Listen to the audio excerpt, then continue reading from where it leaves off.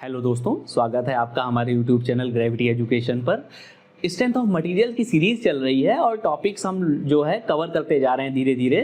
तो उसी में एक टॉपिक है टाइप ऑफ स्ट्रेसेस। देखिए, स्ट्रेस के बारे में हम लोगों ने जान लिया था। स्ट्रेसेस क्या होती हैं? स्ट्रेसेस इंटरनल रेसिस्टिंग फोर्सेस होते हैं। कोई कंपोनेंट है, उस पर हम लोड लगा रहे हैं, तो लोड पे जो इंटरनल रेसिस्टिंग फोर्सेस डेवलप हो रहे हैं, इसके अपोजिट में जो लोड हम पी लगा रहे हैं, इसके अपोजिट में उसको क्या कहते हैं? उसको हम स्ट्रेसेस बोलते हैं। तो देखो, स्ट्रेसेस दो तरह की होती हैं। एक होता है नॉर्मल स्ट्रेस और दूसरा होता है शियर स्ट्रेस। देखो, नॉर्मल स्ट्रेस क्या होता है? नॉर्मल स्ट्रेस भी दो तरह के होते हैं, एक एक्सियल स्ट्रेसेस और दूसरा बेंडिंग स्ट्रेसेस। और शियर स्ट्रेसेस दो तरह के होते हैं, डायरेक्ट शियर स्ट्रेसेस और टॉर्शनल शियर स्ट्रेसेस। अब देखो, एक एक स्ट्रेस के बारे में बहुत ध्यान से और बहुत अच्छे से प्यार से बात करने वाले हैं हम लोग। देखो, नॉर्मल स्ट्रेस क्या हुआ? सपोज एक कोई कंपोनेंट है, ये एक बार है। इस बार पे हमको पता है कि ये जो एक्सिस है, this axis is longitudinal axis. अब लॉन्गिट्यूडिनल एक्सिस के अलोंग अगर हम एक लोड P लगाएं, सपोज एक लोड P ये लग रहा है, इसको खींच रहे हैं हम ऐसे, ठीक? तो ये P लोड जो है दोस्तों, ये क्या हो जाएगा? नॉर्मल लोड हो जाएगा। Perpendicular to the cross sectional area है। Perpendicular to the cross sectional area का मतलब नॉर्मल। और क्या है? P upon A force per unit area, that is what? Stress. ये स्ट्रेस कैसी है? ये स्ट्रेस नॉर्मल स्ट्रेस है। नॉर्मल स्ट्रेस में भी देखो दो तरह की हैं, एक है एक्सियल नॉर्मल स्ट्रेस और एक है बेंडिंग स्ट्रेस। तो समझिए कि भाई हमने लोड ये P लगाया, अब ये P perpendicular to the cross section लग रहा है। जब ये perpendicular to the cross section लग रहा है अलोंग द लॉन्गिट्यूडिनल एक्सिस है, the load is known as normal axial load and the stresses corresponding to that normal axial loads are known as normal axial stresses. बताइए भाई, सही बात है? तो ये जो स्ट्रेस आ गई, ये कैसी आ गई? ये आ गई axial stresses, normal axial stresses है perpendicular to the cross section. इसका जो मैग्नीट्यूड है वो कितना हो गया? Plus minus P upon A. अगर प्लस कहेंगे तो टेंसाइल और माइनस कहेंगे तो कंप्रेसिव। क्लियर? तो ये बात हो गई। अगर आपसे पूछा जाए कि भैया ये लोड है, ये P लग रहा है अलोंग द लॉन्गिट्यूडिनल एक्सिस, तो ये कैसा लोड है? ये नॉर्मल स्ट्रेसेस है और एक्सियल स्ट्रेसेस है, नॉर्मल एक्सियल स्ट्रेसेस हो गई। अब देखो, बेंडिंग का क्या खेल है? बेंडिंग का कॉन्सेप्ट क्या है? यही है। अब इसको अगर हम इस तरह से, तो इस तरह से अगर हम बेंड करना चाहें इस रॉड को, इस बार को, तो ये जाएगा। और ये जो मोमेंट है, ये मोमेंट कहां लग रहा है? Perpendicular to the cross section. एक जो स्ट्रेस है परपेंडिकुलर, ये टेंसाइल और ये कंप्रेसिव। अरे कर चुके हैं ये वाला सीन जो होता था भाई। Perpendicular to the cross section है कि नहीं? Perpendicular to the cross section load लग रहे हैं। कैसे लग रहे हैं? बेंडिंग दे रहे हैं। तो क्या हो गया? Plus minus M/Z।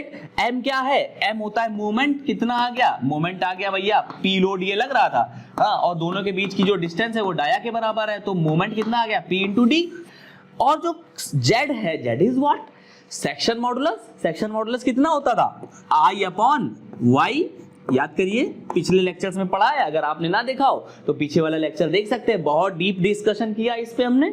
अब देखो, बेंडिंग स्ट्रेसेस जो है Z के इनवर्सली प्रोपोर्शनल। अगर सेक्शन मॉडुलस ज्यादा होगा तो बेंडिंग स्ट्रेसेस कम होंगी, डेवलप्ड बेंडिंग स्ट्रेसेस कम होंगी। इसका मतलब आप समझ रहे हो? Component is subjected to less bending stresses when section modulus is more। तो अच्छा, एक बात बताओ, अगर कंपोनेंट पे बेंडिंग स्ट्रेस ज्यादा लगने लगे, हाँ, तो कंपोनेंट फेल करने के चांस ज्यादा रहेंगे। और अगर कंपोनेंट पे बेंडिंग स्ट्रेसेस कम लगेंगी तो कंपोनेंट को हम बचा ले जाएंगे फेल होने से। तो क्या करें? अगर हमको बेंडिंग स्ट्रेसेस डेवलप कर जो लग रही हैं स्ट्रेसेस वो कम लगवानी है, तो हमें सेक्शन मॉडुलस कंपोनेंट का या मटेरियल का बढ़ाना पड़ेगा। अगर सेक्शन मॉडुलस बढ़ गया दोस्तों, तो क्या हो जाएगा? बेंडिंग स्ट्रेसेस कम हो जाएंगी। बेंडिंग स्ट्रेस कम हो जाएंगी, मजा आ जाएगा। इंजीनियर के लिए इससे बेहतर क्या हो सकता है कि भाई इंजीनियर तो ये चाहते हैं कि हम कोई मटेरियल ना लगाएं, कोई कंपोनेंट ना वो करें। समझ रहे हैं? ठीक। तो ये sigma B is equal to क्या हो गया? Plus minus M/Z I upon Y। अब देखो, M मोमेंट कितना है? P into D। नेक्स्ट देखिए शियर स्ट्रेसेस क्या होती हैं साथियों। शियर स्ट्रेस जो है वो parallel to the cross section होती है। जैसे शियर लोड क्या है, शियर लोड क्रॉस सेक्शन के पैरेलल होता है हमेशा, वैसे ही शियर स्ट्रेसेस जो होंगी उसी के करेस्पॉन्डिंग तो होती हैं लोड के। तो शियर स्ट्रेसेस एक होती है अपना डायरेक्ट शियर स्ट्रेस, दूसरा होता है टॉर्सनल शियर स्ट्रेस। तो शियर स्ट्रेस के बारे में देखो देख लेते हैं। जैसे इसे मैं रब कर रहा हूं, इसकी बात हो चुकी है नॉर्मल एक्सियल नॉर्मल स्ट्रेसेस की और बेंडिंग स्ट्रेसेस की, ठीक। उधर वाला जो सेक्शन बचा है इसमें हम देखते हैं कि क्या करना है भैया।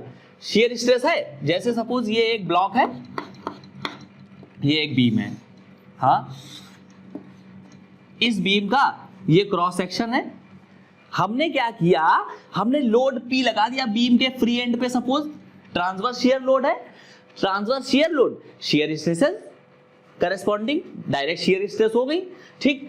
P load parallel to the cross section, यही लोड P है, ऐसे लग रहा है parallel to the cross section. तो शियर स्ट्रेसेस कितनी आई साथियों, शियर स्ट्रेस आ गई लोड पर यूनिट एरिया, बताइए भाई, लोड पर यूनिट एरिया आ गया, that is what direct shear stress. मतलब जैसे सपोज ये एक बीम है, इस पे ये लोड लगा रहे हैं, तो ये लोड क्या है, parallel to the cross section area, parallel to the cross section area direct shear stress.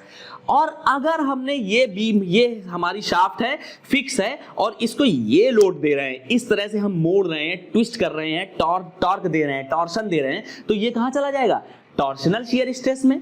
तो ये जब टॉर्शनल में जाएगा तो ये ट्विस्टिंग मोमेंट T हो गया। इसने क्या किया, ट्विस्टिंग मोमेंट T, इसको ऐसे मोड़ना चाह रहा है, ये ऐसे ट्विस्ट करना चाह रहा है इसमें, ठीक। तो डायरेक्ट शियर स्ट्रेस, अब देखो डायरेक्ट शियर स्ट्रेस के पीछे कुछ कहानी है कि इसमें जो शियर स्ट्रेस का वेरिएशन होता है वो कुछ ऐसा होता है। मतलब इस सेक्शन पे जैसे लोड ये P लग रहा है, तो यहां पे इसको यही बना देंगे, ये जैसे ये बना हुआ है, यहां पे लोड शियर स्ट्रेसेस कम लगी, जो ये वाला फाइबर है यहाँ पे शियर स्ट्रेस सबसे ज्यादा लगी, उसके बाद फिर ऐसे कम। ये पैराबोलिक वेरिएशन होता है शियर स्ट्रेसेस का, याद रखनी है ये बात, एग्जाम में बहुत बार पूछा जाता है, बहुत इंपॉर्टेंट कॉन्सेप्ट है।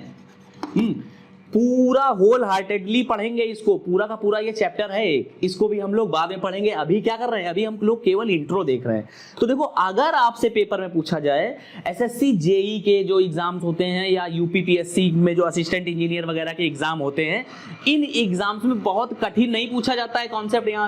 यहाँ से केवल इतना पूछा जाता है, भैया ये बता दीजिए कि एक बीम जो है उसका रेक्टेंगुलर क्रॉस सेक्शन है, मैक्सिमम शियर स्ट्रेस कितनी जाएगी। या ये पूछ देते हैं कि रेक्टेंगुलर क्रॉस सेक्शन है तो जो वेरिएशन होगा शियर स्ट्रेसेस का वो कैसा होगा, तो भैया वेरिएशन जो होगा वो पैराबोलिक होगा, ये बात याद रखनी है। किस तरह की शियर स्ट्रेस है, beam is subjected to transverse shear load that is direct shear stresses, clear. और चाहे कोई भी क्रॉस सेक्शन हो, शियर स्ट्रेसेस का वेरिएशन जो होता है वो पैराबोलिक ही होता है। अब देखो यहां पे जो मैक्सिमम शियर स्ट्रेस होगी दोस्तों, वो मैक्सिमम शियर स्ट्रेस जो होगी वो K इंटू टाउ एवरेज होगी, याद रखना है। टाउ एवरेज कितना हो गया, टाउ एवरेज हो गया भैया P upon A, P load जो है और A क्या है, एरिया है, this is what tau average. और टाउ मैक्स कितना हो गया, K इंटू टाउ एवरेज।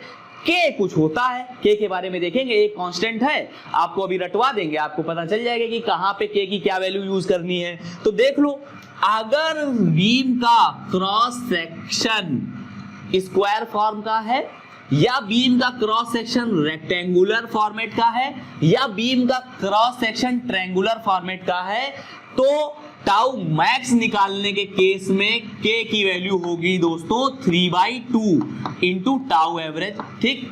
यहां पे K कितना हो गया, इन तीनों के केस में रट लेना है हमेशा, 1 नंबर फ्री का मिलता है एग्जाम में, हाँ। और अगर बीम का क्रॉस सेक्शन सर्कुलर होगा तो K की वैल्यू कितनी चली जाएगी, 4/3 चली जाएगी। मतलब कि एवरेज शियर स्ट्रेस जितनी है उसका 1.5 गुना होगा मैक्सिमम शियर स्ट्रेस, क्लियर कर ले जाओगे। अच्छा, ये तो हो गई डायरेक्ट शियर स्ट्रेस की बात। इसके बाद टॉर्सनल शियर स्ट्रेस क्या होती है, टॉर्सनल क्या होता है, वही भैया ये बीम ये है अपना, इसको क्या किया हमने, ऐसे रोटेट कर दिया, ऐसे रोटेट करने का प्रयास कर रहे हैं, टॉर्शन है, टॉर्क दे रहे हैं, तो क्या हो गया, शियर स्ट्रेसेस डेवलप होती हैं। वो कैसी शियर स्ट्रेस होती है, वो टॉर्सनल शियर स्ट्रेस होती है, वो जो होती हैं parallel to the cross section होती हैं। ये वाली जो शियर स्ट्रेसेस हैं दीज आर पैरेलल, बट इनका जो फ्लो होता है वो ये होता है, मतलब इस डायग्राम में ये स्ट्रेसेस डेवलप हो रही हैं इस डायरेक्शन में, मतलब पैरेलल है, parallel to the cross section है, बट जो उसका डिस्ट्रीब्यूशन है वो इस तरह से होगा पूरे के पूरे सेक्शन पे, ठीक। जबकि टॉर्सनल शियर स्ट्रेसेस जो होती हैं वो इस प्लेन पे लगेंगी, इस प्लेन पे ये टॉर्सनल और ये टॉर्सनल इस तरह से लगती हैं। तो इसको अगर हम बना के देखें तो ये क्रॉस सेक्शन उठा लें, ये क्रॉस सेक्शन ये जो है ये वाला सेक्शन जो बनता है ये अपना T upon J equal to tau upon R equal to G theta upon L बनता है, ये भी हम पढ़ चुके हैं। तो डायरेक्ट शियर स्ट्रेस का क्या खेल था, यहाँ पे जो स्ट्रेसेस है parallel to the cross section लग रही हैं, यहाँ भी parallel to the cross section लग रही है, बट जो डिस्ट्रीब्यूशन है वो परपेंडिकुलर है।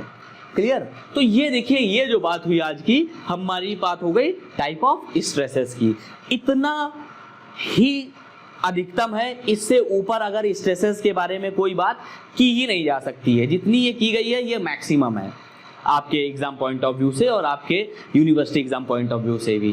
क्लियर। तो ये हमारे लेक्चर जो है यहाँ पर हम फिनिश कर रहे हैं इस लेक्चर को, और आपको बता दें कि जो जो चीजें इंपॉर्टेंट हैं एग्जाम पॉइंट ऑफ व्यू से वो सब आपके सामने लेकर के आ रहे हैं, और बहुत बेहतरीन तरह से आपको एक एक कंसेप्ट बताया जा रहा है। हमेशा इस हमारे जो वीडियोस हैं इनको लाइक करें, शेयर करें और सब्सक्राइब करें, और अपने साथियों में भी खूब सारा बांटें, ठीक है। तो आपका हमारे साथ बने रहने के लिए बहुत बहुत धन्यवाद।